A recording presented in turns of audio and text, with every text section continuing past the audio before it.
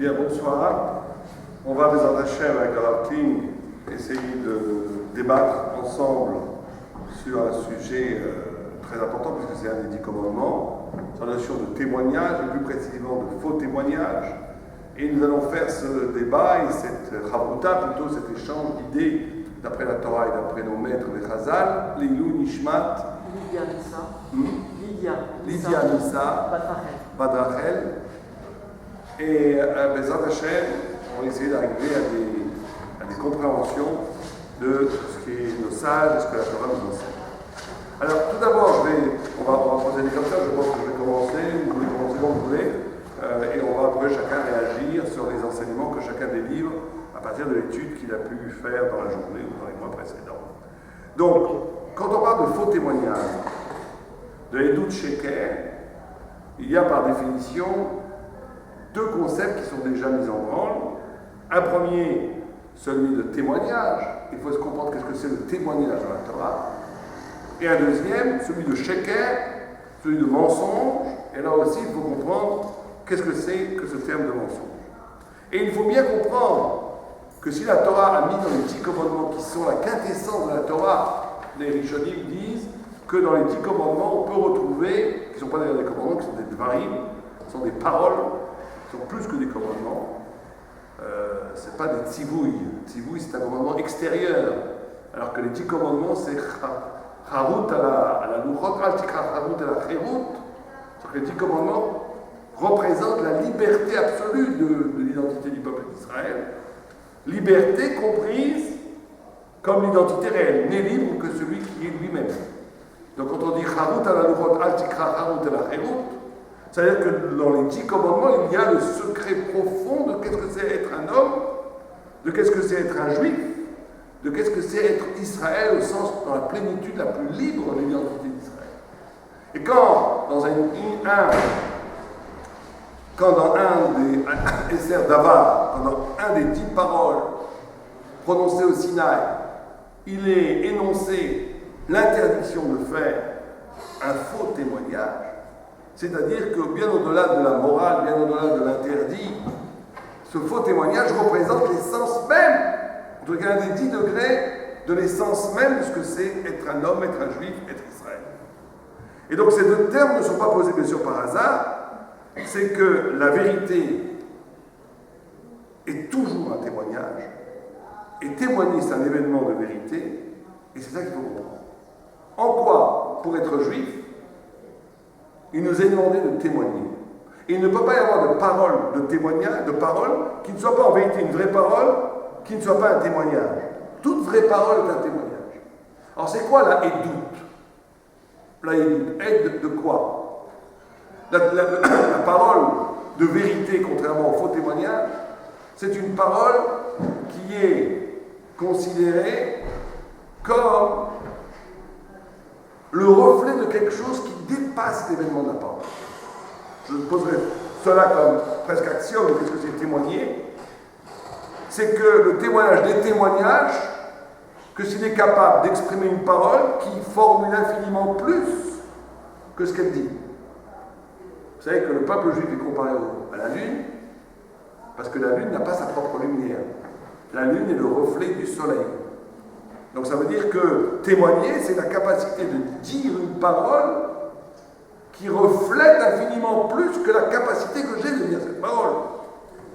Et le faux témoignage serait peut-être de ne dire qu'une parole qui ne dit que ce que je suis moi, qui ne dit que ce que je sais, qui n'est pas capable dans la parole de répercuter un horizon du sensé, un horizon de l'intelligibilité, un horizon de la vérité, qui est plus grand que ma capacité immédiate de comprendre.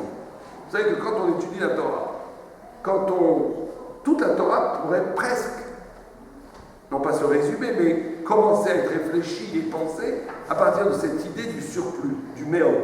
Adam, c'est l'anagramme du mot méod. Méod, c'est-à-dire plus. Ça veut dire que l'homme est homme, et l'homme ne peut être homme que parce qu'il est capable de rentrer en relation avec quelqu'un qui fait éclater ses limites, qui le fait témoigner de quelque chose de plus haut, de plus grand. Et la psyché, la structure mentale du peuple d'Israël, c'est justement cette capacité toujours, en toute chose, de faire, d'échapper, de briser avec le diktat de la nature, avec l'évidence des choses telles qu'elles sont, pour essayer de comprendre, de déceler ce qui, dans cet élément, dans cet événement, dans cet élément matériel, constitue le témoignage, Néhéman, fidèle, de la trace de quelque chose d'infiniment plus profond que chaque juive et juif se doit de révéler à lui-même et au monde. Ce sera la première définition du témoignage. Sheker, le mensonge, dit le Messias Tchecharim. Il a tout un passage en Nekiut où il dit que la pire des choses, c'est le mensonge, et il y a toutes sortes de menteurs. C'est intéressant quand on sait que le Messias Tchecharim, c'est un texte qu'on pourrait presque théâtraliser tellement qu'il a un humour extraordinaire, décapant, corrosif et décapant. Et il représente toutes sortes de menteurs. Il y a des menteurs qui inventent tout, il y a des menteurs qui inventent un peu, il y a des menteurs qui changent un peu. Très, très sympathique comme texte. Et il dit que mais, tout le mensonge, c'est toujours d'adapter la réalité à soi. C'est-à-dire, j'ai envie que la réalité, elle est là, j'ai envie de... C'est plus sympa si je la raconte comme ça et si je rajoute un élément qui n'existe pas. Mais ça correspond plus à mon désir. Donc le mensonge serait en vérité une parole qui ne témoigne pas, puisqu'au lieu de dire quelque chose de plus haut, elle dit ce que j'ai envie que ça soit. Et donc il a la trahison essentielle de la vérité. C'est-à-dire que témoigner, c'est la vérité. Le faux témoignage, c'est pas simplement dire du baratin, dire des choses pas vraies. C'est de trahir ce que c'est une parole de vérité, parce qu'une parole de vérité, c'est la capacité de s'annuler face à la vérité et d'en être le reflet. Faire le faux témoignage, c'est dire, écoutez, tout ça c'est bien beau, mais moi, j'ai envie d'être le centre de mon propre discours, j'ai envie que les choses ressemblent parce que j'ai envie que ça soit, donc je m'en vais raconter, bâtir toute une histoire, tout un système, toute une parole qui s'harmonise à mon désir. Et c'est vrai que c'est très jouissif. Les grands menteurs, les grands baratineurs, c'est des gens très heureux d'habitude. Et c'est vrai que les yekim, sans vouloir avec ces personnes, qui disent exactement la vérité telle qu'elle est, des fois c'est un peu tristouné quand on dit les choses telles qu'elles sont. C'est pas bon. Il faut un peu d'imagination dans la vie. Mais en vérité, en faisant cela, on trahit pas simplement la vérité, on trahit, on profane le Tselem Elohim, la haute figure divine qu'il y a en chaque homme, parce que l'homme, en tant qu'homme, est celui qui est capable de s'annuler dans le rapport à la vérité, d'une certaine façon, pour être capable de restituer, de témoigner justement de quelque chose qui dépasse ses propres intérêts, une psyché nucléaire qui serait tout axé sur lui-même. C'est la capacité justement d'être l'écho de quelque chose d'infiniment plus grand que lui et de s'annuler face à cette vérité. Cette humilité, pour ça qu'on dit Réchit Rochma Yirat Hashem. L'intelligence première, c'est d'être de cette posture, ce vis-à-vis par rapport à l'absolu. Dès que je mens, je deviens mon propre sujet de discours. Alors je dis, écoutez, moi ce qui m'intéresse, c'est ce que j'ai envie que ça soit. Donc c'est le contraire même du témoignage. Et je finirai cette introduction juste avec un Rambam qu'il faut faire attention, dont je dirais beaucoup de façon allusive, parce qu'il ne faut pas vexer personne. C'est vrai que de Rambam écrit, Maïmonide, qu'il y a en Orient et en Occident deux approches spirituelles diamétralement opposées, et le peuple juif est capable de faire l'union entre ces deux attitudes diamétralement opposées. Il dit qu'en Orient, il y a une tradition de la Emouna, il y a une tradition de la foi, il y a une tradition justement de ce surplus dans l'existence humaine. Et c'est vrai, toute la culture orientale, qu'elle soit extrême orientale ou même islamique, porte en elle une foi très très profonde. Mais il dit par contre au niveau de l'intelligence, au niveau de la chokhma, c'est la catastrophe. Tout est dimionie, tout est imaginaire, enfantin presque, parce qu'on mélange. Pas rentrer dans les détails, celui qui mène de l'Israël, qui ne sais pas. C'est pas sérieux. C'est pas sérieux d'un point de vue intellectuel. C'est pas sérieux du tout. Mais il est mounache à une bodofi. L'Occident, dit le Rambam, c'est exactement le contraire. Une intelligence sophistiquée au point où peut-être cette philosophie et cette approche scientifique est tellement haute et tellement forte qu'elle a une capacité presque de rivaliser avec l'intelligibilité qui existe dans le Talmud ou la Kabbalah. Bien sûr que non, mais elle peut. Il y a des concepts philosophiques des fois, quand on lit Heidegger ou d'autres grands philosophes, il y a des idées des fois qui font résonance avec ce qu'on étudie dans les plus hauts textes de la Torah, bien entendu, la Bible Ben Kodesh est Tamé, il y a quand même une intelligence foudroyante dans la culture occidentale. Mais dit le Rambam, il n'y a aucune foi, au point que c'est pour ça que l'Occident a choisi comme Dieu un homme. C'est pas un hasard. Parce qu'en réalité, même la religiosité est là pour restituer à l'homme la toute-puissance. C'est l'homme qui est au centre de tout. Dieu est instrumentalisé au service de la civilisation occidentale. Et donc on a l'Occident où l'esprit est tout-puissant et la foi est une rigolade. On n'est là que pour servir en réalité le pouvoir. On a l'Orient où c'est le contraire, où il y a une foi chez Bodofi, une émouna très forte qui vient de Abraham Avinu, mais au service d'une folie. Comme ça il appelle le Meshouna. Et il dit le peuple d'Israël est le seul peuple sur terre qui est capable de témoigner. Et être capable de témoigner, c'est se faire ce trait d'union. Le témoignage est un acte, une faculté intellectuelle, cérébrale, cognitive, de témoigner intelligemment de la foi. Et ça serait ça l'essence même du témoignage.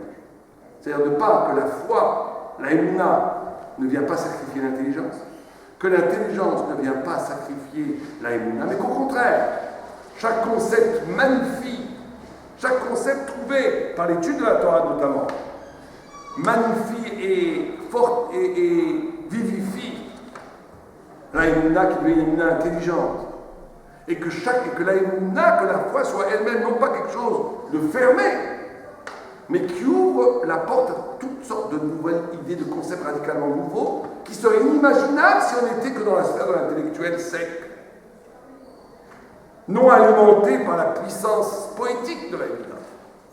Et témoigner pour un juif d'un point de vue en dernière instance, on va dire, profondément, c'est cette capacité d'utiliser l'intelligence pour traduire des horizons du sensé qui ne sont percevables, perceptibles plutôt, qu'à partir de la émouna. Et qu'à partir de l'exercice de la émouna et de la foi, on ouvre des champs cognitifs, des champs de pensée qui étaient inenvisageables sans cette émouna. Et ça, c'est le vrai témoignage. Parce que là, on témoigne par l'intelligence, par le discours intelligible et intelligent,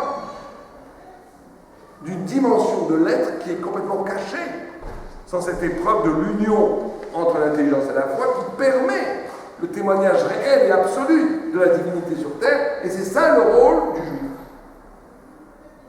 Donc, j'arrêterai là l'introduction, je vais passer la parole à Klein, et après, on échangera des idées bien entendu. Bon, ben, écoutez, en tant que fils et descendant de Yekim, je vais essayer d'être le plus tristoulé et le moins fantaisiste possible.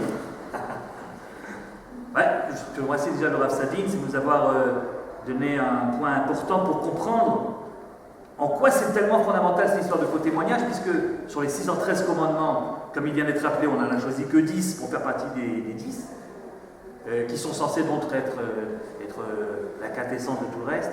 Et on aurait pu se poser en effet la question, en quoi est-ce que le faux témoignage est tellement essentiel qu'il mérite de faire partie de cette liste-là. Et le regard original que vient nous donner le Rav Sadin nous permet de comprendre en effet que c'est peut-être là qu'il faut choisir, qu'il faut trouver la véritable spécificité de la foi juive. Et je vais un petit peu dans le même sens, mais peut-être en replaçant ça dans le contexte des Aseret HaDibrot, des 10 commandements eux-mêmes. J'ai l'impression que c'est un petit peu la série des 10 commandements de ce qu'on est en train de faire. Ben, ça tombera bien. Alors comme vous le savez, donc, il en reste un.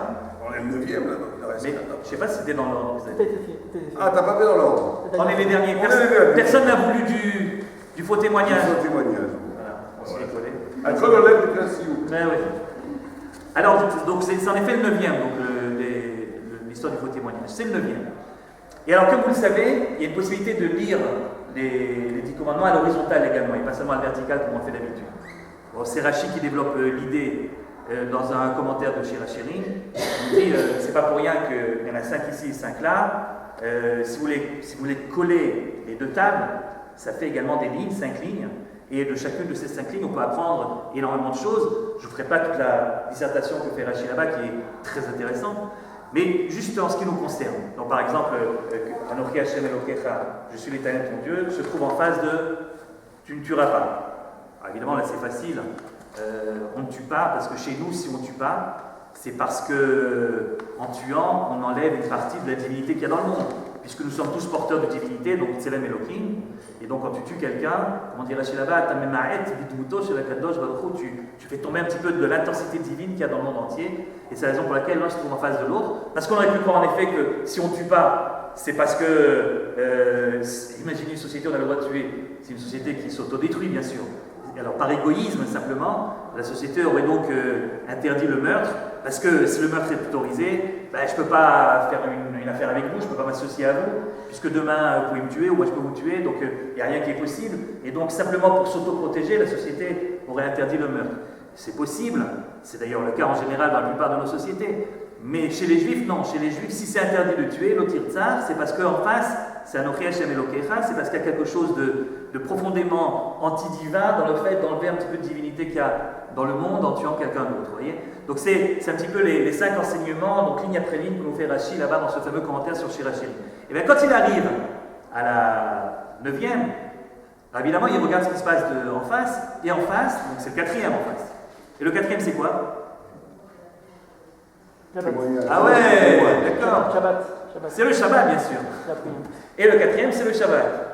Donc le Shabbat se trouve en face de l'interdiction du faux témoignage. Et Rashi dira, c'est parce que tout celui qui respecte le Shabbat accomplit un véritable témoignage, un témoignage d'authenticité, alors que celui qui le transgresse commettrait un faux témoignage, puisque c'est comme s'il témoignait que Dieu n'a pas créé le monde. Voilà ce que dit Rashi. En disant cela, Rashi, tout simplement, reprend une idée très très connue concernant le Shabbat, que le Shabbat, c'est pas seulement la volonté que nous avons de calquer notre attitude sur celle de Dieu, mais c'est carrément de venir témoigner que Dieu a créé le monde. Le Shabbat est considéré comme un témoignage. Sauf que si les mots ont un sens, c'est dur de dire que quelqu'un peut témoigner de la création du monde, puisque par définition, au moment où le monde a été créé, il n'y avait personne pour en témoigner. Témoigner, ça veut dire être présent, voir quelque chose, et ensuite en faire part à ceux qui n'étaient pas là. Mais si personne n'était là, si au début il y avait Tohu Vavo, c'est très compliqué de témoigner de la création du monde. Alors, faire le Shabbat, c'est témoigner. Non, tu n'avais qu'à dire faire le Shabbat, c'est avoir la foi que Dieu a créé le monde, avoir la Emouna. Il y a plusieurs théories, comment se fait-il que le monde existe? Il y a toutes sortes de théories, plus ou moins scientifiques. Eh bien, le judaïsme, il dit, moi j'en ai une autre de théorie, si le monde est là, c'est que Dieu l'a créé. Et les juifs sont là pour faire connaître cette théorie au monde entier. Mais il ne dit pas que c'est un témoignage, il dit que c'est une manière de voir les choses. Mais pourquoi un témoignage? Et il faut bien comprendre que lier le Shabbat au véritable témoignage, c'est quelque chose qui est entré même dans la halakha. C'est une idée qui est très très juive, ça, que le Shabbat c'est un témoignage. C'est la raison pour laquelle, vous avez déjà remarqué, je suppose que lorsqu'on prie au Beth Knesset le vendredi soir, il y a toujours des gens qui vont plus vite que d'autres et des gens qui vont plus doucement que d'autres, parce qu'ils ont plus de kavana apparemment. Et alors ils font un shalom, ils terminent leur Amida, alors que tout le monde a déjà terminé et que le Chazal a déjà repris ce qu'on appelle la Chazara, la répétition, qui n'en est pas vraiment une pour Erev Shabbat, mais enfin une sorte de Chazara. Or, elle commence comment? La répétition de Erev Shabbat, elle commence par Vaïchulu Hashamayim Va'aretz, c'est-à-dire les versets qui témoignent en effet que Dieu a terminé la création du monde. Or, si vous avez bien remarqué, les femmes, quand vous voyez un petit peu de ce côté-là, ou d'en haut, ou les hommes, si vous regardez autour de vous, alors un type qui a terminé plus tard que les autres, si c'est un Ben Torah, au lieu de dire tout seul Vaïchulu Hashamayim Va'aretz, il va voir son copain et lui dit j'ai pas dit Vaïchulu, tu peux le dire avec moi? Et alors son copain le dit avec lui. Pourquoi est-ce qu'on est obligé de dire Vaïchulu Hashamayim Va'aretz à deux? C'est parce que on ne témoigne pas seul, il faut être deux pour témoigner. Donc, vous voyez que même la halakha, en tout cas les minagim de halakha, sont servis de cette idée pour nous enseigner qu'il y a dans le Shabbat une forme de témoignage. C'est sans doute aussi la raison pour laquelle, lorsqu'on fait le kibbush à la maison, on le fait debout, etc. Mais le fait de dire que la Gemara reprend l'idée de Rashi, ou plutôt que Rashi reprend l'idée de la halakha, ça n'explique pas encore comment c'est possible, comment est-ce qu'on peut sérieusement dire que nous témoignons que Dieu a créé le monde. Ça veut dire quoi ça? Et vous allez voir que répondre à cette question, c'est comprendre davantage qu'est-ce que c'est qu'être un peuple témoin et pourquoi le faux témoignage fait partie des Isurim Chamourim, tellement chamour, tellement grave que ça fait partie de la Sata Dibur. Ce qui se passe, c'est que Akadosh Baruch Hu décide de nous sortir d'Égypte à un moment, et au moment où il décide de nous sortir d'Égypte, comme il sait qu'il ne va pas le faire tous les lundis et jeudis du mois, la sortie d'Égypte il fait une fois dans l'histoire et puis voilà, alors il profite de la sortie d'Égypte pour nous montrer en passant un certain nombre de choses, un certain nombre de vérités le concernant, qui vont devenir nos principes de foi. Autrement dit, en sortant d'Égypte, nous assistons, nos ancêtres assistent à un certain nombre de phénomènes divins, desquels ils vont pouvoir ensuite témoigner. C'est ce que nous faisons donc chaque année à Pessah. Et en racontant le récit, on témoigne, ou plutôt on transmet le témoignage que nous avons reçu de nos pères à la génération qui suit. Pourquoi ? Parce que comme Dieu sait très bien qu'il va nous demander une certaine conduite très particulière, puisque la Torah va nous être donnée quelques jours, quelques mois après, alors il ne veut pas nous donner une Torah sans que nous ayons vu, sans que nous soyons devenus témoins d'un certain nombre de principes qu'on va appeler les principes de la foi juive, de la émouna juive. Si vous regardez bien les diplés, par exemple, vous voyez que régulièrement là-bas, dans les diplés, on vous dit en passant « Bezot Teda » qui ani Hachem. Ainsi tu sauras que j'existe. Ou alors, par là tu sauras que je suis Dieu qui intervient dans le monde. Qui ani Hachem bekerev haaretz. Ou alors, ainsi tu sauras qui en kamoni bechol haaretz, que je suis le seul à pouvoir intervenir. C'est-à-dire l'existence de Dieu. La possibilité qu'il a d'intervenir dans le monde, ce qu'on appelle l'ashgacha. Et enfin, l'unité d'Akadosh Baruch Hu, la toute-puissance. Non seulement il intervient, mais il est le seul à pouvoir le faire. Tout ça sont des bases de l'Emouna. Et Dieu veut profiter de la sortie d'Égypte pour nous montrer tout ça, afin que nous en devenions les témoins, pour qu'on puisse ensuite, à partir de ça, recevoir une Torah. Or, donc si vous avez bien compris, ce que nous on appelle la foi, la Emouna chez nous, c'est pas ce qu'on disait tout à l'heure une théorie, mais c'est une constatation historique d'un certain nombre de phénomènes. Je sais, je l'ai vu, donc j'y crois bien sûr puisque je l'ai vu. Et donc je le transmets à ceux qui n'ont pas eu cette chance de le voir. C'est ainsi que le peuple qui sort d'Égypte devient celui qui va transmettre ce témoignage de génération en génération. Si vous prenez par exemple les Avdil, l'élève à faire de l'autre, comment est-ce que les chrétiens définissent leur foi, la foi chrétienne, ça n'a rien à voir. C'est quelqu'un qui vient et dont le papa s'appelle Yosef et la maman s'appelle Myriam et qui habite pas très loin d'ici et qui vient voir ses copains, les autres juifs qui habitent là et qui lui dit t'as pas besoin, je schématise mais c'est plus ou moins ça qu'il nous raconte, t'as pas besoin de continuer à pratiquer telle ou telle mitzvah puisque Dieu a changé d'avis, on n'a plus besoin de faire ça. Là-dessus le juif évidemment lui demande mais comment tu sais? Et à ce moment-là Yehoshua, donc c'est son nom, ou Yehoshua, c'est ce qu'on appelle, il lui dit mais je le sais parce que je suis tel que tu me vois, tu crois que je suis un homme, un être humain normal, mais c'est pas vrai. En fait, mon père Yosef et ma mère Myriam n'ont jamais eu de relation entre eux, et malgré tout, je suis là. Donc je suis un fils de Dieu. Et en tant que fils de Dieu, je peux te raconter ce que Dieu pense vraiment. Il pense que c'est dépassé, on n'a plus besoin de manger caché, on n'a plus besoin de faire toutes sortes de choses. Là-dessus, le juif réagit de deux manières possibles. Ou bien, et c'est la minorité des minorités, il lui dit, tu sais quoi, tu as des yeux qui ne te trompent pas. J'ai confiance en toi. Et l'autre lui dit, ben, c'est comme ça, c'est très bien, suis-moi et tu seras sauvé. Et il devient chrétien. Ou bien, il dit, c'est ce que la majorité de nos ancêtres ont répondu, écoute, comment te dire, ce qui s'est passé dans la chambre à coucher de tes parents, j'y étais pas, toi non plus d'ailleurs, donc jusqu'à preuve du contraire, je continue à faire ma Torah telle que je l'ai enseignée, et je ne te suis pas. Donc ce qu'on appelle la Emouna chez un chrétien, c'est pas une connaissance historique de quelque chose, c'est ce qu'on appellerait aujourd'hui en hébreu moderne un imoun. Tu as confiance dans le bonhomme ou tu n'as pas confiance dans le bonhomme? Moshe Rabbeinu, les n'a jamais dit voilà ce qu'il faut que vous croyez. Mais si vous prenez le livre de Devarim sans arrêt, c'est le refrain qui revient tout le temps là-bas. Einechem arorot, atem shma'atem, vous avez vu, vous avez entendu. Donc être juif, c'est témoigner de quelque chose et puis de transmettre ce témoignage de génération en génération. Seulement voilà, et je terminerai là, pour le Shabbat, pour la création du monde, Dieu a un grand problème. Comment faire croire au peuple juif, mais d'une émouna juive, pas d'une émouna chrétienne, que Dieu a créé le monde? Comment lui faire prendre conscience qu'il a créé le monde alors qu'on ne peut pas en être témoin par définition, puisque le monde existe déjà?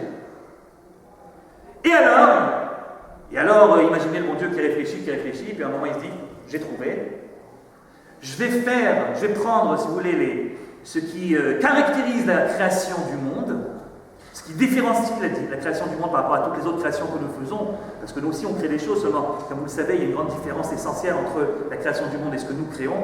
Quand Dieu crée, il crée à partir de rien, alors que nous créons toujours à partir de quelque chose. Et ensuite, quand il crée par la parole, alors que nous on a l'habitude de créer avec les mains. Eh bien, je vais reprendre ces deux principes-là, qui sont les principes caractéristiques de la création du monde, et je vais leur faire une création du monde miniature. Je ne peux pas refaire une création du monde, évidemment, entière, mais je fais une création du monde miniature. Et donc, chaque jour, pendant 40 ans, Dieu crée une nouvelle création, à partir de rien du tout. Cette créature tombe 6 jours de la semaine et s'arrête le 7e. Et c'est ainsi que le peuple devient témoin que Dieu est créateur. Parce que si Dieu peut créer la manne, puisque c'est de ça évidemment dont je parle, alors quelle différence entre la petite manne et le grand univers, si ce n'est une différence uniquement de quantité et non plus de qualité. Et donc le peuple devient témoin que Dieu crée, non seulement qu'il existe, non seulement qu'il intervient dans le monde, mais qu'il est créateur. Et du coup le Shabbat devient un véritable témoignage. Ce qui fait dire à Rashi, si vous respectez le Shabbat, vous témoignez que le monde a été créé, que Dieu est créateur, et si vous ne le faites pas, vous faites un faux témoignage. Et je pense que la raison pour laquelle le faux témoignage fait partie des Aseret Adibrot, c'est parce que, dans le fond, le peuple juif, dans son ensemble, est le peuple témoin. Et que le but d'Israël, c'est pas d'apprendre au monde une nouvelle théorie possible sur les origines du monde, ou bien même sur les valeurs morales à respecter, une théorie qu'on peut ou pas accepter, mais de se présenter en tant que peuple témoin et de dire voilà, moi je sais, pas je crois, je sais parce que je l'ai vu. Et voilà ce que j'ai vu 1, 2, 3, 4, 5, et c'est pour ça que je suis là pour vous le transmettre. Refuser la fonction que nous avons en tant que juifs d'être le peuple témoin, faire un faux témoignage, c'est donc porter atteinte à ce qui fait l'essence même d'Israël, et c'est sans doute pour ça que c'est fait partie des 10 commandements. Alors, comme on a dit, je vais un petit peu rebondir sur ce que vous avez rappelé. Deux choses avant d'aborder un autre aspect du faux témoignage. C'est très intéressant de ce que vous dites parce qu'elle me renvoie à 2 commentaires que j'avais lus dans Ramban, dans Nachmanides. Oui, dans Parajambo. Un, c'est tout à fait extraordinaire, d'un point de vue historique, quand on parle de l'histoire. Extraordinaire, c'est un phénomène qui n'est pas étudié tellement dans les universités, et c'est pas, d'après moi, c'est pas du tout innocent, parce que les gens qui étudieraient ce sujet se convertiraient en masse au judaïsme. C'est qu'on n'a jamais vu dans toute l'histoire de l'humanité, un peuple qui a autant modifié l'identité de toute l'humanité.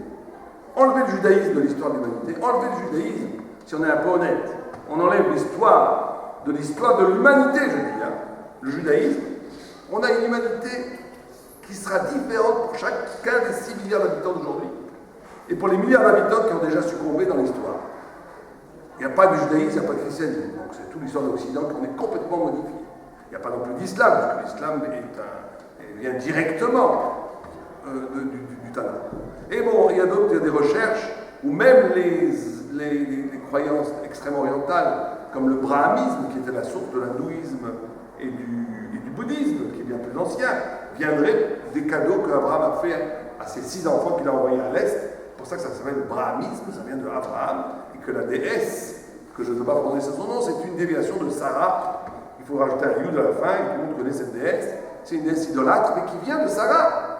Et donc, le monde entier. Et donc, on voit que, et d'un autre côté, ce qui est extraordinaire, c'est que le judaïsme est la religion la moins connue dans toutes les revues. Donc, quand vous voyez des gens qui font des revues sur l'hindouisme, sur les choses qui sont dites, qui font demander, qui sont censées, alors que vous avez une sorte de méconnaissance radicale, presque ontologique, presque essentielle. Le judaïsme est toujours étranger aux yeux des chercheurs, même des chercheurs dans les universités. Alors que ça se vend bien. Alors que ça se vend bien chez les juifs, mais même quand ça se vend chez les non-juifs, c'est toujours, ils cherchent une preuve en christianisme, des sources dans le christianisme. Mais il y a une sorte de paradoxe incroyable, c'est que le judaïsme est à la base de toutes les cultures mondiales, et surtout occidentales et islamiques, c'est évident. Et d'un autre côté, une méconnaissance radicale. Un gars, vous mettez une fille devant lui, vous dites, mais c'est très étrange. Comme Aman qui disait, vous avez un peuple différent de tous les peuples, alors qu'Achashvérosh était la tête de 127 peuples différents. On est toujours de l'indifférence, l'anomalie, l'étrangeté. C'est pas normal. On n'est pas normal aux yeux de la conscience universelle. Alors qu'on est à la source même de l'universel. Et je pense, il y avait Lénine pour voler un peu. Lénine disait le marxisme, il avait tort. Le marxisme est tout puissant tout simplement parce qu'il est vrai. Mais l'idée est vraie. La Torah est toute puissante et elle peut modifier le monde entier tout simplement parce qu'elle est vraie. Le témoignage d'Israël, le fait que le peuple juif témoigne de ce qu'il a vu, comme le Rav Ping l'a dit, au Sinaï, tous les miracles, ce témoignage n'est pas simplement un témoignage historique de ce qui s'est passé à l'époque, c'est qu'il porte en lui le rapport à la vérité qui est tellement fort qu'elle structure et modifie toutes les cultures où qu'elles soient et la réalité humaine où qu'elle soit. Mais d'un autre côté, comme elle est de l'ordre de la vérité, de l'indicible, de l'au-delà de l'être, et que les non-juifs vivent dans le présent, dans l'être, dans la matière, c'est ça la grande différence entre la Torah et la culture. La culture, c'est un reflet humain, ça veut dire une transcendance, une façon de transcender, de sublimer la nature. Alors que le peuple juif est dépositaire d'une intelligence qui est purement divine. Et donc c'est étranger radicalement. Et donc il y a les deux, cette ambivalence au même instant. Le même Rambam dit aussi qu'il rapporte ce que Rav Ping a dit, en disant que la différence entre la foi juive et les autres foi, c'est que la foi juive, on a vu. C'est Kling qui rapporte ce que le Rambam a dit. Oui, alors que ce que le Rambam a dit, mais on ne sait jamais, c'est dans un Gilgul précédent. Et donc, mais il pose une question, il dit très bien ça, c'est vrai pour nos ancêtres, ils ont vu. Mais les enfants, ils n'ont pas vu. Nous, on n'a pas vu. Donc comment est-ce qu'on peut... En d'autres temps, le Rambam commence, Nachmanides commence en disant la différence entre la foi juive et toutes les autres foi, c'est que la foi juive est basée essentiellement sur un événement de vérité qui s'est inscrit génétiquement dans leur mémoire sensorielle. Alors que toutes les autres fois, c'est quelqu'un qui a vu une montagne, qui a raconté quelque chose, on y adhère, on n'y adhère pas. Donc ça, c'est un bodofi, on ne peut pas contrôler ça le témoignage. Un témoignage doit avoir vu. Si quelqu'un dit « je suis sûr de quelque chose » et qu'il va témoigner, même si c'est vrai, il est passible de faux témoignage. Un témoin doit avoir vu. Et donc nous, on a vu. Mais le Rambam a une bouchia, une question, il dit « d'accord, on a vu, eux, ils ont vu nos ancêtres, d'accord, je peux bien le croire. Mais on retourne dans le problème, je dois croire que mes ancêtres ont vu, donc c'est plus du témoignage, ça. C'est une foi comme la foi chrétienne, je crois. » Et il dit non. Il dit comme eux, ils ont vu. Et que cette foi est passée du père au fils. Et un père ne mentira jamais à son fils. Donc c'est comme s'ils avaient vu. Ce qui est incompréhensible. Parce qu'en réalité, on est dans la question de dire eux, ils ont vu, mais nous, on n'a pas vu. Et donc nous, la foi juive, c'est pas une question de... C'est une question d'évidence, c'est une évidence absolue. Et après, on pose une question, on dit, mais eux, ils ont vu, nous, on n'a pas vu. On dit, oui, mais le père va raconter à son fils, il ne va pas mentir à son fils. Et là, on dit, on rentre dans des considérations qui ne sont pas forcément vraies. On voit plein de parents qui mentent à leur fils. Donc, qu'est-ce que veut dire le Rambam? Il veut dire une chose extraordinaire. Il y a un des socles de la pratique spirituelle juive. C'est qu'en réalité, la relation du fils et du père, c'est Sinaï. C'est Sinaï. On est capable, le peuple est capable de réinventer dans l'exercice quotidien de sa spiritualité des événements historiques qu'on croit historiques, mais qui sont en vérité essentiels, ontologiques, qui existent là et qu'il suffit simplement de percevoir. Un homme très spirituel est capable ce soir d'écouter les flammes du Sinaï. Un homme très très très spirituel est capable ce soir d'écouter les bruits de la création du monde. Un prophète, s'il pouvait écouter, il serait capable d'écouter toutes sortes de choses qui ont déjà eu lieu, mais qui sont toujours en cours. Vous savez qu'en hébreu, il y a une des merveilles de la langue hébraïque, c'est le vav conversif. Le vav peut être un futur, peut être un passé. Il y a un basculement comme ça du vav, parce que ce qui a déjà eu lieu n'a peut-être pas encore eu lieu vraiment, et ce qui va avoir lieu a déjà eu lieu. Ça s'appelle l'anticipation. Le peuple juif est capable d'anticiper la venue du Messie quand il dit un Yom Tov total. Un juif est capable d'anticiper le monde futur quand il vit un Shabbat totalement. La sortie d'Égypte, quand on fait Pessah, Ce n'est pas les anciens combattants qu'on se rappelle qu'on est sorti d'Égypte. On sort d'Égypte. Il y a une actualisation possible. Or, la relation père-fils, essentiellement, je dis, elle est basée sur une confiance absolue qui est l'égale du Sinaï. Ça veut dire quoi? Qu'est-ce que veut nous dire le Rambam par là? Vous savez qu'il y a une grande question qui est posée, pas que par nous, aussi par les philosophes, qui est que toute connaissance, par définition, elle est référentielle. Je ne connais quelque chose que parce que je fais une référence à quelque chose que je connais déjà. Imaginez que j'amène de la planète, pas Mars, parce qu'on a vu qu'il n'y a pas grand-chose sur Mars, mais d'une autre galaxie, on va dire, un objet qui n'aurait aucune relation avec ce qu'on connaît ici. Qui n'aurait pas de référence, de point commun avec ce qu'on connaît dans notre Terre. Qu'est-ce qui se passerait?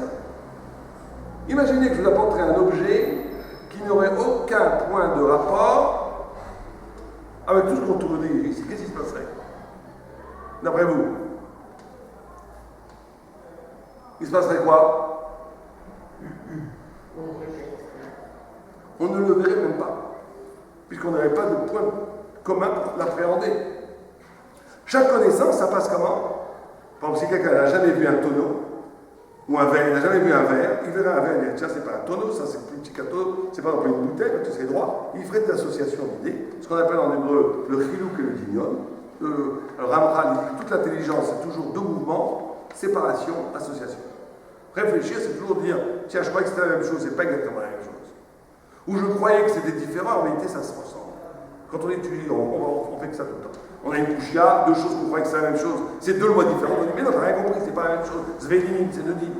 Ou bien tu croyais que c'était la même loi, que c'est deux choses différentes. T'as rien compris, en vérité, il y a un lien profond entre les deux choses, etc. La connaissance, c'est toujours d'associer des choses, de découvrir quelque chose de nouveau à partir de ce que tu connais déjà. La question qu'il faut se poser dans ce cas-là, quelle est la première connaissance? Le bébé, comment il peut connaître? Le bébé, comment il fait pour commencer à connaître quelque chose, puis qu'il n'a aucune référence? Par quoi ça commence? Dit le Rambam, en d'autres mots, qu'en vérité, le bébé, la première connaissance qu'on a, c'est sa présence à soi face à Dieu. Sa présence à soi. Ça, il n'y a pas besoin de la prouver. C'est pas le fait que j'existe n'est pas quelque chose qui doit être démontré. Il est une évidence. Or, dit le Rambam, la foi juive, c'est de croire en Dieu à ce niveau d'évidence-là. Quelqu'un qui croirait en Dieu en disant c'est logique que Dieu existe, c'est logique. Tout ça n'a pas pu apparaître tout seul. Ça serait la foi pré-sinaïque. Ce serait la foi qu'Abraham appréhendait au début, mais ce ne serait pas la foi juive. La foi juive, c'est qu'il y a une évidence totale. Le même degré d'évidence que j'existe, il y a le même degré d'évidence que Dieu existe. C'est quelque chose qui n'est pas référentiel, qui existe en soi. Or, le rapport qu'un enfant avec son père, tant qu'il n'est pas trahi, c'est un rapport de cette force-là. C'est un rapport de cette force-là. La tradition du Mont Sinaï, c'est qu'à travers l'expérience du rapport humain entre un père et un fils, on peut passer le Sinaï lui-même. Parce que le niveau de Emouna qu'un enfant de 3 ans, vous lui dites, son père lui dit, il y a un tigre dans le placard, il va y croire 100%. Il va y croire 100%. Il n'a pas de doute, il a la Emouna. Il y a une évidence. C'est pour ça qu'il ne faut jamais trahir ses enfants, parce que quand on trahit ses enfants, après, ils ne croient plus. Ils ont besoin de preuves. Écoutez, il ne faut jamais le faire. Il y a une évidence comme ça. Et la Emouna passe par ça, passe par cette chose-là. Alors, juste pour... Non, c'était un païen au début. Il a commencé à réfléchir, et par un raisonnement associatif, de causalité, de prédicat, il est arrivé à dire, mais après, il a dépassé ce niveau de croyance. Il y a eu l'évidence de la proximité de Dieu. C'est pour ça que le mont Sinaï, c'est plus Abraham Avinu. Abraham Avinu, avant, n'était pas juif. Abraham Avinu n'était pas juif. Le judaïsme n'est au point où certains commentateurs se permettent de poser la question comment ça se fait qu'Abraham Avinu faisait Shabbat à un non-juif d'abord à faire Shabbat. Bon, c'est pas des vraies questions parce qu'en réalité, ils ont bâti l'identité juive de façon singulière. Donc à cette époque-là, il n'y avait pas cette loi-là qu'un non-juif n'a pas le droit de faire Shabbat. Une autre facette de le Sforno sur le 9e commandement dit que le faux témoignage, c'est pas simplement témoigner. C'est tout. Kol haoler achil Ve'omer le lachon hara. Tout celui qui dit du lachon hara. Et là, chez Ka et Doutchege, il vous babézi. C'est-à-dire que là, on touche aussi à une question fondamentale qui est la question de la parole. Vous savez qu'il y a une chose de très curieuse. Quand on ouvre le Talmud, ça va peut-être choquer certaines personnes, mais c'est comme ça. C'est la vérité talmudique. Si je vous demandais, est-ce que vous préférez passer la soirée avec un prix Nobel de littérature qui ne croit pas en Dieu, ou avec quelqu'un qui a tué 3 grands-mères à coups de hache? Voilà, la réponse est claire, vous préférez quand même le gars, le prix Nobel, c'est plus sympathique. Or, il y a une hiérarchie dans le Talmud sur les fautes les plus graves. Il y a, vous savez que dans la Kabbalah, on a ce qu'on appelle Naran. Naran, ça veut dire Neshama, roi, Nefesh. Neshama, c'est au niveau de la pensée. Plutôt la pensée et l'expression de cette... La pensée réelle, la pensée, c'est pas parler en silence. La pensée, c'est la capacité de capter des concepts qui contiennent une puissance infinie. C'est ça, vraiment, penser. Ça, c'est le siège de la pensée, c'est la Neshama, c'est l'âme. Après, on a le roi. Roi, un homme est connu sur le roi, comment il parle, c'est la parole. Et après, plus bas, on a le Nefesh, qui est l'énergie spirituelle qui permet de faire des actes. Donc, on a pensée, parole, acte. Or, quelque chose de tout à fait singulier, c'est que la Torah ne prescrit des onachim, des punitions, que au niveau du nefesh, au niveau des actes. Même la lachon hara qui est interdite, même le faux témoignage, qui est dans les 10 commandements, la Gemara dans Sanhedrin d'Afrique dit on n'est pas passible de punition, parce que c'est l'ave chez Enboma. Il y a un grand principe que l'ave chez Enboma, c'est un interdit qui n'a pas d'action, qui n'est pas un acte. Le Beddin ne s'en mêle pas. Le Beddin ne s'en mêle pas. On ne le frappe pas, on ne lui fait rien. À plus forte raison, quelqu'un qui serait hérétique, qui aurait des pensées négatives, des pensées complètement tordues, on ne lui fait absolument rien. Ce qui est extraordinaire, c'est ça la vraie liberté. Les gens parlent de la liberté de conscience. C'est que la Torah ne fait pas rien à l'hérétique parce que c'est moins grave que s'il avait tué, volé ou fait des choses de la femme. C'est beaucoup plus grave. Parce que plus on devient spirituel, plus la faute est grave. On dit que la lachon hara, la médisance, c'est beaucoup plus grave que n'importe quelle avéra physique, même les pires avérotes.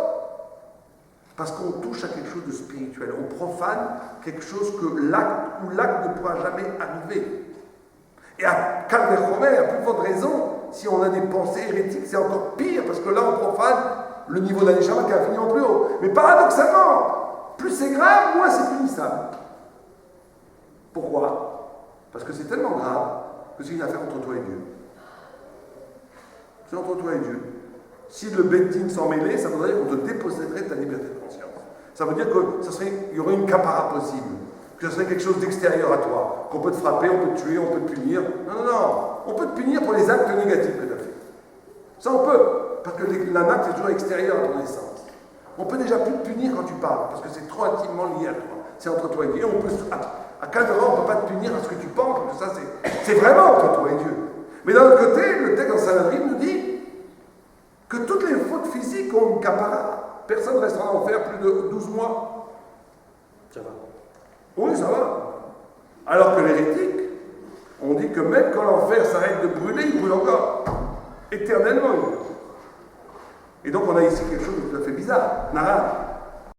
Plus ça devient spirituel, moins c'est punissable ici, mais plus c'est irrévocable pour l'éternité. Et la parole se situe au milieu. C'est un peu plus grave, c'est beaucoup plus grave que les actes, moins grave que la hérésie. Et donc, le faux témoignage est un des péchés les plus graves, même s'il n'est pas punissable par le Beddin, parce qu'il profane la parole. Et vous savez qu'au niveau de la parole, quand on parle, en vérité, il n'y a pas de parole sans souffle. Il n'y a pas de parole sans souffle. Et le souffle, et pourquoi c'est si grave la Shana? Parce que le souffle est la prolongation du souffle de Dieu qui a créé mon âme. Vous savez que quand Dieu a créé, a soufflé l'âme dans l'homme, dit le Targum, voir mais mal est là, l'âme qui permet la parole, c'est l'âme parlante. l'âme parlante que Dieu a mis en nous. C'est-à-dire que chaque fois que je parle, en deçà de ma parole, il y a le souffle de Dieu qui fait que je parle. D'où l'extraordinaire gravité de la médisance, du lachana ou du faux témoignage. C'est parce que quand je fais un acte physique négatif, je vole, c'est pas bien du tout, mais c'est mon corps qui l'a fait, c'est très loin de Dieu. Donc quand j'ai du lachana ou du faux témoignage, j'utilise le souffle divin pour faire le mal, c'est une profanation pratiquement insurmontable, pratiquement irréparable. Et la plus grande raison pour la pensée, quand j'utilise l'âme, qui est la lumière divine qui est en moi, pour avoir des pensées tordues. Et donc il y a cette idée, et je finirai juste avec ça avant de laisser avoir rapide. Vous savez que on apprend une des deux sources du Lachon, c'est les Méragliers. C'est les explorateurs qui sont arrivés en Israël. Et c'est extraordinaire de voir cette idée-là, qu'on dit que le grand drame des Méragliers, le grand drame qu'il y a eu chez les Méragliers, c'est qu'il était censé avoir dans l'histoire du peuple juif trois grands moments qui sont la pierre angulaire de l'univers spirituel, qui s'appellent libération, révélation, rédemption. On va dire en hébreu, on va dire Yetziat Mitzrayim, on va dire s'arracher à de la matière, Gilui Hashem, et la Géoula totale à la fin en Israël. Et tous ces trois mouvements, sortir de la matière des libération, être libre, révélation, recevoir la Torah, et après prendre cette Torah et l'amener en Israël, et de l'incarner dans la réalité pour créer une société parfaite et magnifique, qui aurait illuminé le monde entier et fait le tikkun du monde entier. C'était ça le programme initial. Le grand malheur de la Shonara, c'est d'avoir de la fausse parole, du faux témoignage que les explorateurs ont fait sur la terre d'Israël. Le grand malheur, c'est qu'ils ont coupé les langues. Ils ont créé une possibilité maintenant d'être libérés, d'avoir de la Torah, mais que ça ne modifie pas le monde. Et ça, c'est terrible. C'est l'anti-témoignage. La Torah suppose de provoquer deux grands mouvements dans l'être humain. Un, la Torah est censée te modifier. La Torah est censée nous bouleverser. Et vous savez que c'est le grand malheur, je ne veux pas trop m'étendre, le grand malheur de notre génération, de la jeune génération d'aujourd'hui. Nous, à notre époque, je parle déjà comme un vieux, il y a 20 ans, 30 ans, les gens étaient communistes, anarchistes, ils disaient ce que vous voulez. On discutait avec eux, Torah ou pas Torah, vérité ou pas vérité. Mais vous leur prouvez que la Torah était vraie, c'est tchouva, le lendemain, ils étaient pas. Ils étaient modifiés par la vérité. Aujourd'hui, les jeunes, moi je parle très souvent avec les jeunes, notamment en France, mais pas qu'en France. En Israël, c'est moins ça. Bon, en Israël, ils sont plus vrais, les gens. Mais en France, très souvent en France, mais même en Israël, le problème existe. Vous leur dites la vérité, vous leur parlez de la Torah, ils disent c'est super, oui, c'est vrai, c'est possible, c'est pas mal. Le soir même, ils vont en boîte de nuit. C'est que la vérité ne te modifie pas, c'est une possibilité. C'est une possibilité, d'accord, c'est bien, c'est beau. Mais il y a 30 ans, ça n'existait pas, ça. Les gens qui pensaient, vous leur disiez la vérité, ils étaient prêts à se battre jusqu'à la mort pour dire que la Torah, c'était pas la vérité, que le communisme, c'était la vérité. Mais quand ils arrivaient à comprendre que c'était la vérité, ils changeaient. Aujourd'hui, la grande maladie, c'est que les gens ne changent plus. La vérité, c'est qu'elle rapporte. La vérité, c'est la vérité, de là-bas en haut. Mais moi, je suis là en boîte de nuit avec les. Vous rigolez, quel rapport? D'accord, c'est vrai, est-ce que ça veut dire que je ne dois pas aller en boîte de nuit? Zvedini. De nuit. Et ça, c'est un grand malheur. Parce que la Torah est là, est censée te modifier, te bouleverser, te changer. Une Torah qui ne te change pas, et ça existe même dans le monde religieux. Il y a des gens qui étudient toute la journée, mais ils ne changent pas. Ça ne les bouleverse pas, ils ne bougent pas. Ils restent des bourgeois dans le monde de la Torah. Il n'y a rien de pire. Ça, c'est le premier mouvement. Le deuxième mouvement, c'est qu'une fois que tu es bouleversé, modifié par la Torah, tu dois utiliser cette Torah pour changer le monde. Pour faire changer les choses. Tu ne peux pas étudier la Torah en spectateur. Témoigner, c'est construire un monde meilleur à partir de ce que tu as étudié. Et ça, le Lachon Hara, le faux témoignage, le brise. Je sors d'Égypte, je reçois la Torah, je dis du Lachon Hara pour m'empêcher. Je crée un monde faux pour m'empêcher de bâtir dans le monde, à partir de l'enseignement de la Torah, la vérité qui doit s'incarner dans le réel. Et c'est ça l'extraordinaire péché des Méragliers, et ça se reconduit en nous chaque jour, quotidiennement. Quand je peux avoir des convictions, des idées et une adhésion totale au principe de la Torah, mais que quand il s'agit après de les incarner, de les assumer jusqu'au bout, non, là c'est trop difficile, non, là j'invente des excuses, j'invente un faux témoignage pour que cette Torah ne soit pas génératrice d'un bouleversement du monde. Et le plus vrai faux témoignage, c'est peut-être celui-là. Une seconde, on change la cassette. Ah, on change le. La cassette. Ouais. C'est qui parle?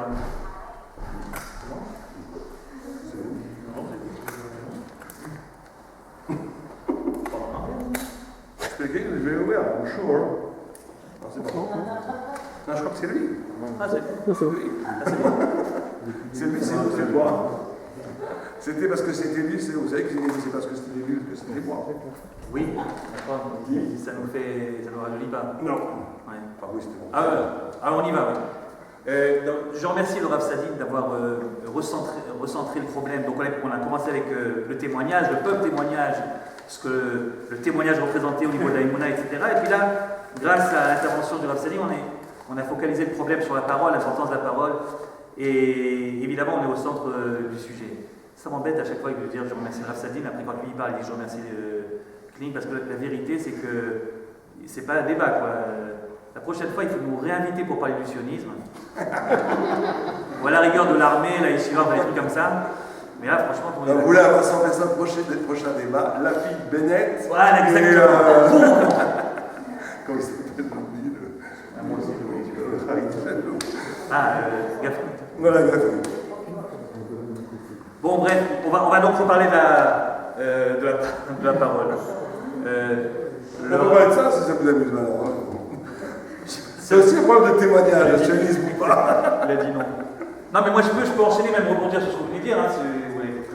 Bah oui, c'est-à-dire. Bon, laisse tomber. Ne vous fourvoyez pas. Ouais, vous avez très bien parlé jusqu'à maintenant. Ouais, non, voilà, laisse tomber. Bien, alors je disais, à propos de la pensée, la parole et l'acte, je ferai simplement remarquer ce que vous avez certainement déjà remarqué vous-même dans l'agencement des 10 paroles, divisé donc 5 d'un côté, 5 de l'autre. Et si on a envie de les classer suivant cette grille de classement, c'est-à-dire la parole, la pensée et l'acte, on s'aperçoit de la chose suivante. Si vous prenez la première table, celle qui est censée régir les relations entre l'homme et son créateur, et l'homme et Dieu, alors ça commence par une mitzvah, si c'en est une, qui est une mitzvah liée à la pensée, bien sûr. Anochi Hashem Elokecha, si c'est une mitzvah, je suis l'Éternel ton Dieu, la mitzvah consiste à croire. Je sais bien que tout le monde n'est pas d'accord avec cette mitzvah, mais certains, et non des moindres, pensent que c'en est une. En tout cas, si c'en est une, la mitzvah consiste à avoir conscience de l'existence d'un Dieu. Et donc, c'est véritablement quelque chose qui dépend de la pensée. Ensuite, Lo yelecha Elohim acherim al panai, le deuxième, tu n'auras pas d'autre divinité que moi. Dans le fond, dans l'absolu, dans l'essence même de cette mitzvah, c'est aussi de la pensée. Je sais bien qu'il y a des conséquences très rapidement qui sont des conséquences pratiques, puisque tu n'auras pas d'autre Dieu que moi, donc tu ne te prosterneras pas devant eux, par exemple. Mais dans l'essence même de la définition de la mitzvah, tu n'auras pas d'autre source d'autorité absolue que moi-même, c'est encore une mitzvah qui dépend de la pensée. Ensuite, la troisième mitzvah des 10 commandements, c'est l'otissa et Shem Hashem Elokecha Lasham, tu ne prononceras pas le nom de Dieu pour rien. Voilà donc la première mitzvah des 10 qui, elle, s'adresse à la parole. On n'a pas le droit de parler de Dieu ou de parler sur Dieu en vain, sans qu'il y ait derrière quelque chose de profondément utile pour soi-même, pour l'autre, etc. C'est une manière très respectueuse, évidemment, de parler du Créateur, et qui n'est pas obligatoirement commune à toutes les religions, puisque chez nos cousins musulmans, au contraire, plus le nom de Dieu est cité dans la conversation, et mieux ça va. À tel point qu'il y a même un certain nombre d'expressions arabes que nous avons introduites dans l'ivrite, et je ne suis pas persuadé qu'on fait bien les Ya Allah, ou les Inch'Allah, ou les etc. Parce que pour un musulman, au contraire, c'est une bonne chose. Et pour nous, il faut mieux garder cette référence au divin dans les cas où on en a vraiment besoin. L'otissa et Shem Hashem Elokecha Lasham, réserver sa parole uniquement à bon escient. Et ensuite, nous avons deux mitzvot qui sont des mitzvot qui sont relatives à l'action, ce que le Rav Sadin appelait donc le nefesh. Il y a le Shabbat et il y a le respect des parents. Ces deux mitzvot-là ont bien entendu également des répercussions dans d'autres domaines. Le Shabbat, par exemple, il y a des choses à dire, des choses à pas dire, des choses à penser, des choses à pas penser. Mais enfin, dans l'essence même du Shabbat, nous sommes bien d'accord qu'il s'agit d'un certain nombre de choses à faire et sur quoi ne pas faire. Et c'est ça qui fait que le Shabbat soit le Shabbat. Donc c'est d'abord une question d'engagement pratique. La même chose pour le respect des parents, que le terme kaved ne nous trompe pas, ne nous induise pas en erreur. Il ne s'agit pas de respecter dans son cœur ses parents, il s'agit, ouvrez n'importe quel livre de halakha, il s'agit de faire un certain nombre de choses vis-à-vis de ses parents, d'avoir des actions très particulières vis-à-vis d'elles, et c'est comme ça qu'on peut respecter ses parents. Si je les respecte dans mon cœur, mais je ne suis pas à côté pour faire des actions que je suis censé faire à leur égard, je ne peux pas faire la mitzvah. C'est la raison pour laquelle notre ancêtre Yaakov, qui certainement respectait énormément ses parents, quel que soit l'endroit où il se trouvait, lorsqu'il était loin d'eux, et il a eu peur en revenant que Esav, lui, il a pu pratiquer la mitzvah, alors que lui, Yaakov, n'a pas pu la pratiquer. C'est-à-dire que la mitzvah du respect des parents, c'est une mitzvah d'abord pratique, même si elle aussi a des répercussions ensuite également sur la pensée et sur la parole. Donc si je résume, dans la première table, celle des mitzvot entre l'homme et Dieu, l'ordre est le suivant: pensée, parole, acte, acte. Et si vous regardez l'autre table, on s'aperçoit que c'est le contraire. Ça commence par 3 mitzvot qui s'adressent toutes les 3 à l'action. Ne tue pas, ne commets pas d'adultère et ne vole pas. Ensuite seulement, celle qui nous intéresse ce soir, ne commets pas de faux témoignage, qui est évidemment une mitzvah qui parle du langage. Respecter son langage et ne pas l'utiliser n'importe comment, ne pas l'utiliser pour faire du tort à son prochain. Et enfin, l'otachmod, ne pas envier, ne pas vouloir ce que l'autre a, ne pas convoiter, ce qui est évidemment quelque chose qui a trait à la pensée. Et donc c'est intéressant de constater que l'ordre est inversé lorsqu'on change de table. La raison pour laquelle l'ordre est inversé lorsqu'on change de table, elle est assez évidente également. Lorsqu'il s'agit des mitzvot ben Adam, la makom, et lorsqu'il s'agit de choses qui traitent des relations entre l'homme et Dieu, on commence évidemment dans l'ordre logique, c'est-à-dire l'essentiel d'abord, savoir pouvoir conceptualiser la divinité par rapport à nous, ce qu'elle représente pour nous. Une fois que je l'ai compris, alors je peux me demander également de m'exprimer d'une certaine manière à son égard, et enfin on me demandera de faire un certain nombre d'actes. Mais l'ordre est logique. Ça passe d'abord par la marshava, ensuite par le dibour, et ensuite par le maasé. C'est l'ordre qu'on disait tout à l'heure, du neshama, après ruach, après seulement nefesh. Qu'est-ce qui se passe dans l'autre table, celle qui gère les relations entre l'homme et son prochain? Pourquoi là-bas, l'ordre est inversé? Parce que là-bas aussi, normalement, ça devrait suivre l'ordre logique. Sauf que là-bas, il y a, si vous voulez, une notion supplémentaire qu'il n'y avait pas dans la première table. Là-bas, il y a l'autre. Et l'autre, il faut le protéger d'abord. Il y a urgence. Et lorsqu'il y a urgence, alors l'ordre logique n'est plus tellement important. C'est d'abord ne pas porter atteinte à l'autre au niveau physique. D'ailleurs, vous remarquez que dans les 3 premières, qui sont toutes les 3 des mitzvot qui ont trait à l'acte, il y a évidemment une progression. Ne lui prends pas sa vie, d'abord et avant tout. C'est le pire de ce que tu peux faire. Si jamais tu lui prends sa vie, tu n'as plus grand chose à faire après pour réparer ça, si ce n'est faire kaddish sur sa tombe, mais je ne sais pas dans quelle mesure ça l'arrange post-mortem. C'est-à-dire, il y a d'abord la protection de la vie qui est le plus important. Ensuite, protection de son intimité. Alors, ce n'est pas exactement sa vie, mais presque. Donc, l'interdiction d'adultère.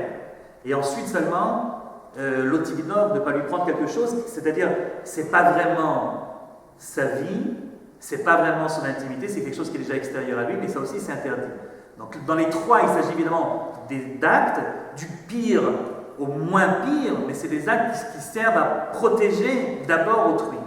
Une fois que tu t'es habitué à cela, je peux te demander également de faire attention, de maîtriser aussi ton langage.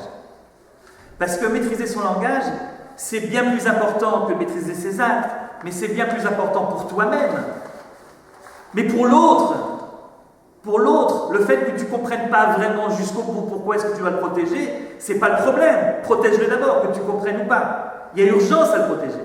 Après, une fois que tu as compris ça, je peux te demander également de maîtriser ton langage. Et enfin seulement, je peux te demander également de maîtriser ta pensée vis-à-vis d'autrui, même si, et là je rejoins absolument le Rav Sadin, même si finalement c'est le plus important. Le lot Ahmad, c'est évidemment le plus important. Mais je ne peux pas attendre que tu aies bien compris le lot Ahmad avant de te demander d'en tirer les conséquences qui s'imposent. Puisque tu ne convoites pas, donc tu ne lui diras pas de mal de lui, et donc tu ne lui prendras pas sa femme, ni ses biens, etc. Non, non, d'abord tu ne lui prends rien. D'abord tu le respectes. C'est pour ça que l'ordre est inversé dans les relations entre l'homme et son prochain, mais ça n'empêche pas en effet que lorsqu'on parle de parole, on atteint quelque chose de beaucoup plus essentiel que lorsqu'on était dans le domaine uniquement de l'acte, qui reste quelque chose d'extérieur à nous-mêmes. Et puisque c'est de parole qu'on parle, eh bien, il est bon de constater quand même que cette interdiction du mensonge, et en particulier du faux témoignage, alors évidemment, le mensonge par excellence, c'est le mensonge officiel, le mensonge juridique. Tu vas au tribunal et tu dis des choses qui ne sont pas vraies sur autrui. Ça, c'est le faux témoignage. C'est ça qui est interdit dans les 10 commandements. Mais, à un degré peut-être moins élevé au niveau pénal, vous avez évidemment le mensonge stam, c'est-à-dire raconter des choses qui n'existent pas pour le plaisir de vivre dans cette fantaisie qui est en effet toujours un peu plus intéressante que la réalité, parfois un petit peu tristounette, parfois morose. Et donc, on te demande également de ne pas mentir. Mais là, remarquez bien comment est-ce que le texte de la Torah s'exprime. L'interdiction du mensonge ne ressemble pas aux autres, au niveau du style, ne ressemble pas aux autres interdits. On te dira, midvar sheker tirchak. Éloigne-toi de la parole mensongère. Éloigne-toi le plus possible. Il est vrai qu'il y a un autre passage dans Kedoshim qui dira lote shakru, mais ce passage-là dans Kedoshim, si on regarde le contexte, c'est précisément le sheker qui amène au faux témoignage. Et on parle ici d'une parole mensongère qui est utilisée juridiquement contre quelqu'un d'autre, et là il faut être très précis, il ne faut pas mentir du tout. Mais dans la vie de tous les jours, lorsqu'on dit ne mens pas, au lieu de dire de manière très claire et très nette ne mens pas, on te dira éloigne-toi du mensonge. Midvar sheker tircha, éloigne-toi du mensonge. Et il me semble, on peut interpréter ça de plusieurs manières, mais il me semble qu'il y a ici une certaine reconnaissance de la Torah, de l'incapacité que nous avons réellement à vivre uniquement dans un monde de vérité. Et il est bon de le dire aussi, même si nous sommes là pour parler de l'authenticité de la vérité, et que c'est un débat qui se fait évidemment contre le mensonge, la parole mensongère, mais il est quand même juste et honnête de reconnaître, puisqu'on est dans la parole vraie, que le mensonge ne peut pas être complètement absent de notre vie d'être humain. C'est quasiment une impossibilité. Nous sommes obligés de mentir, par définition de l'être humain. L'être humain est obligé de mentir. Quelquefois, comme vous le savez, c'est même une mitzvah. Ou en tout cas, il y a plusieurs degrés, il y a des fois où c'est toléré et des fois où c'est même obligatoire. Il y a des choses qui sont plus importantes que la vérité. Dans quel cas, la halakha nous dit qu'on a le droit de mentir, vous le savez? Pardon? D'abord, médicalement. Quand tu dis médicalement, tu veux dire quoi? Le secret médical, c'est-à-dire est-ce que le médecin est obligé de dire à son patient ce qu'il a vraiment? Je pense que les conséquences de la réalité sont simples. La réalité, on voit un peu la lumière. Si la lumière est trop forte, elle peut tuer. Voilà. Quand la lumière est trop forte, quand la lumière de la vérité est trop forte, elle peut provoquer des dégâts qui sont après pires que si tu étais resté dans le mensonge. Alors évidemment, c'est très délicat ce que je suis en train de dire là. Il faut savoir le manipuler, c'est des choses qu'on ne dit pas d'habitude. Parce qu'il vaut mieux éduquer finalement les gens, bien sûr, à mentir le moins possible. Mais enfin, il faut quand même être conscient, puis ici on a un petit comité, personne ne vous filme, ça reste entre nous. Il faut quand même être conscient qu'il y a des paroles mensongères qui sont non seulement tolérées, mais voire obligatoires. Et la halakha nous en dresse une liste. Par exemple, tout le monde sait que mentir pour faire le shalom entre les gens, non seulement c'est pas interdit, c'est même recommandé.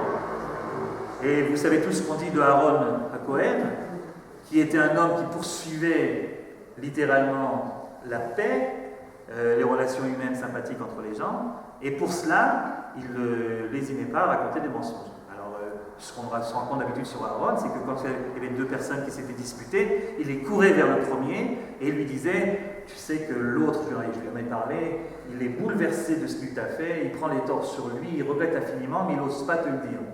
Un énorme mensonge. Il ne lui a jamais rien dit de tel. Ensuite, il allait voir le deuxième, il lui disait la même chose. Évidemment, lorsqu'ils se rencontraient, il tombait dans les bras de l'un de l'autre. Mais ce n'est pas présenté comme quelque chose de négatif, c'est présenté comme au contraire quelque chose de très positif.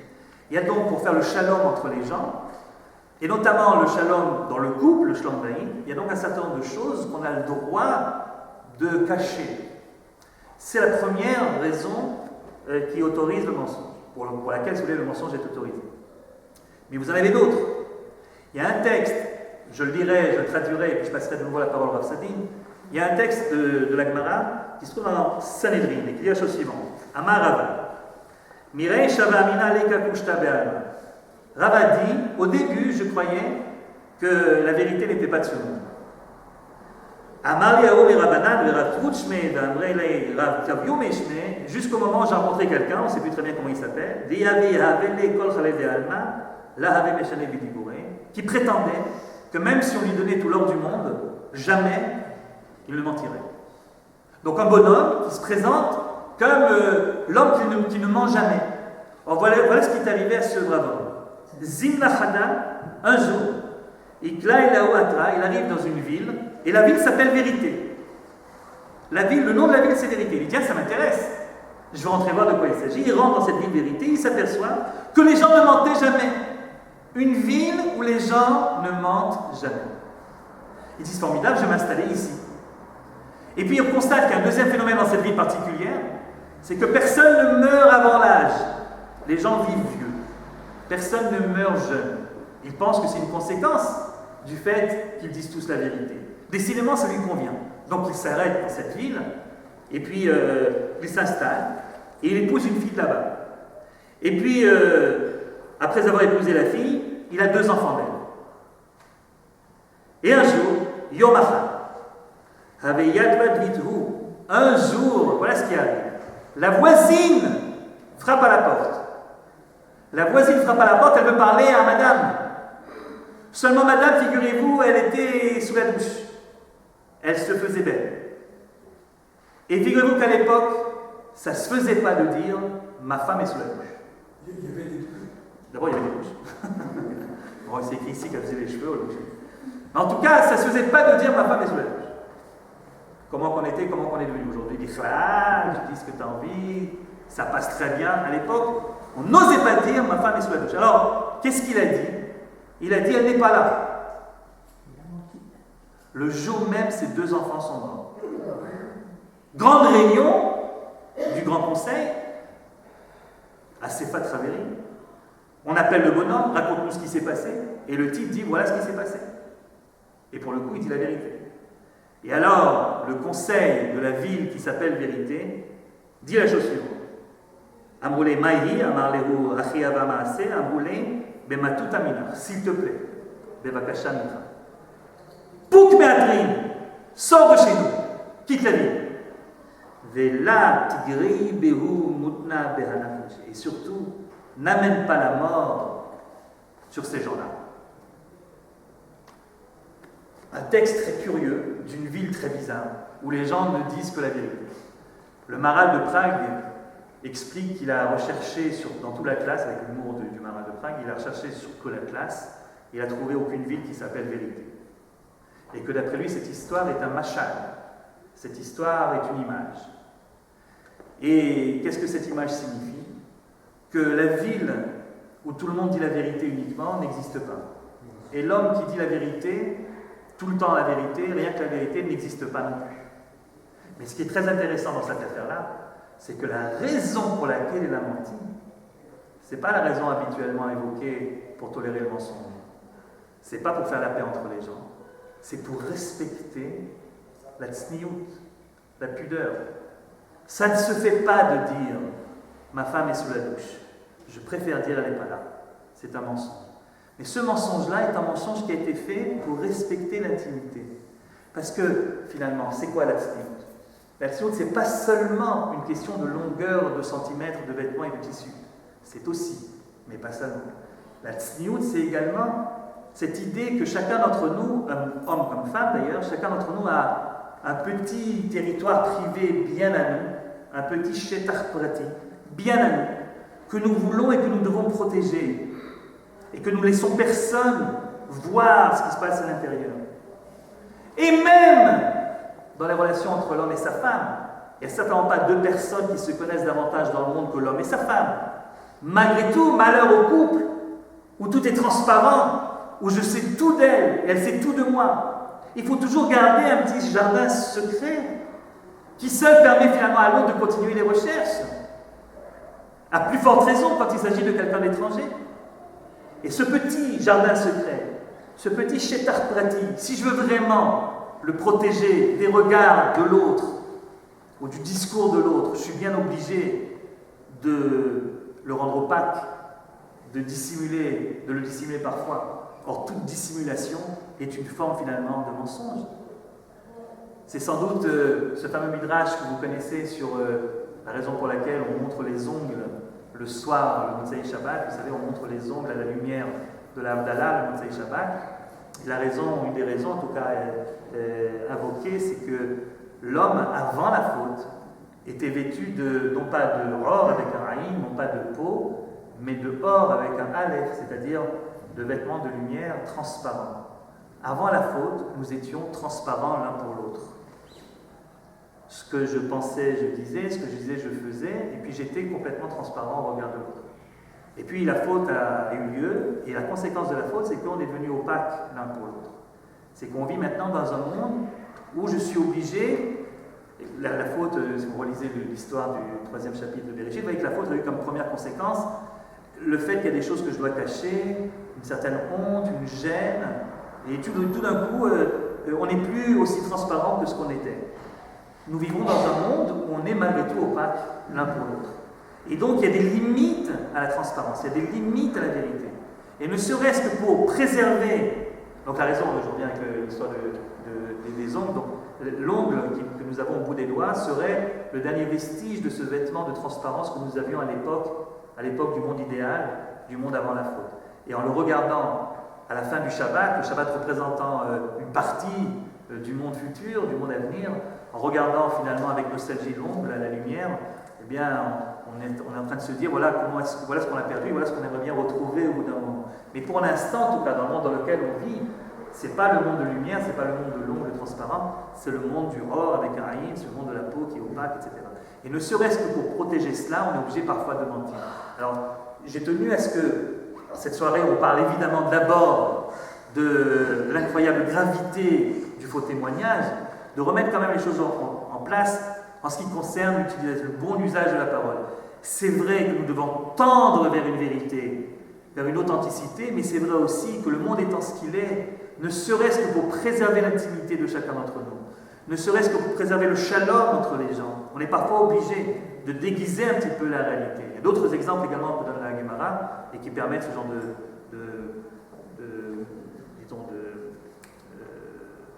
genre je cherche le mot, non, c'est pas ça que je veux dire, de liberté que l'on prend sur l'impératif de la vérité. Ouais. Alors, je comprends tout à fait le fait de protéger l'intimité, c'est le travail que nous essayons de faire, bien que le monde aujourd'hui soit vraiment au contraire, dans la transparence et la volonté de savoir, etc. Est-ce que c'est pas justement le moment venu, est-ce qu'on n'est pas mis à l'épreuve, nous, peuple juif, de se rendre compte que finalement le temps est venu peut-être de dévoiler justement, non pas des secrets qui ne doivent pas être dévoilés, mais dévoiler peut-être certains secrets qui jusqu'à présent étaient. Voilà, parce qu'il y a une demande inconsciente, qui est apparemment globale, qui n'est pas juste aussi d'une agence messianique de certains croyants, quelle que soit la religion, mais également d'une demande qui cherche une transparence, même si elle est un peu immature dans l'approche qu'elle prend, dans la forme qu'elle prend. Est-ce qu'aujourd'hui on n'est pas en droit de se poser la question?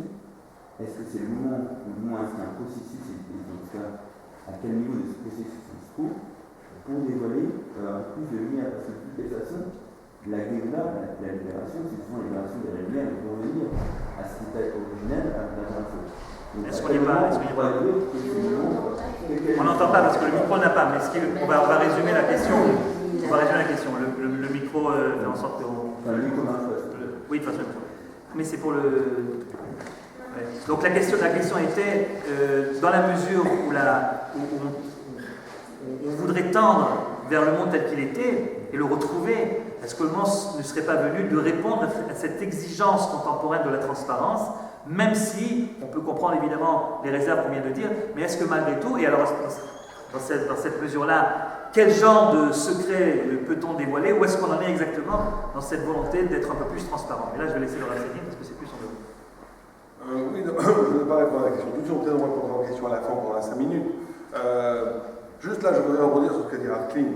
Alors, j'ai eu très peur parce qu'on avait dit que c'était un débat. Alors, après, on est d'accord sur toute la ligne, c'est pas un débat, mais là-bas, au Hachem, il y a quelque chose, bon, au Hachem, ça va sauver le chef débat de ce soir. Moi, je pense que, en vérité, on n'a jamais le droit de mentir. Jamais. Et toutes les exceptions que la Gemara nous donne, il y en a d'autres, par exemple, la règle qu'il est, vous savez, vous êtes dans un mariage, et que vous faites l'éloge de la Kala, et qu'elle est absolument affreuse, hideuse à vos yeux. Shama, il dit, on doit dire des choses pas qu'elle est hideuse, on doit dire, elle a un joli nez, si c'est la seule chose que vous trouvez jolie, vous n'avez pas le droit de dire, tu dois rajouter quoi que ce soit. Bien, il dit non, Ketzad Merakedim Negedakala, Kala Nae Merasina. On doit dire qu'elle est belle. Pourquoi? Ah, elle est moche, elle est affreusement hideuse pour moi, parce que je peux avoir ce qu'on appelle une intersubjectivité. Je peux intégrer le fait que ce Kratan l'a épousée parce qu'il la trouve belle, et donc je peux intégrer son point de vue en disant elle est belle. Et donc, c'est pour ça qu'il y a écrit Lot et Shaker, il y a écrit Midvar Shaker Tichak, parce qu'en vérité, la relation à l'autre est constitutive de la vérité, autant que l'énoncé véridique ou fallacieux que j'exprime. Par exemple, l'exemple que vous avez donné d'un médecin qui doit annoncer, Dieu préserve, nous, une maladie mortelle à un patient, s'il sait qu'en disant, en annonçant cette maladie, il va le tuer, en disant la vérité, en vérité, il profère un mensonge, parce qu'il profane et il détruit la relation d'homme à homme qu'il a avec son patient. Et donc, il est plus véridique de dire, c'est une autre, en faisant ce que je veux, en disant, je pense qu'on est d'accord, c'est ce qui est appelé, ce que effectivement la halakha permet des fois de ne pas restituer l'exactitude des faits qui sont passés pour des considérations de shalom, ou de piquoir nefesh, ou de santé, ou de shlom bayit, etc.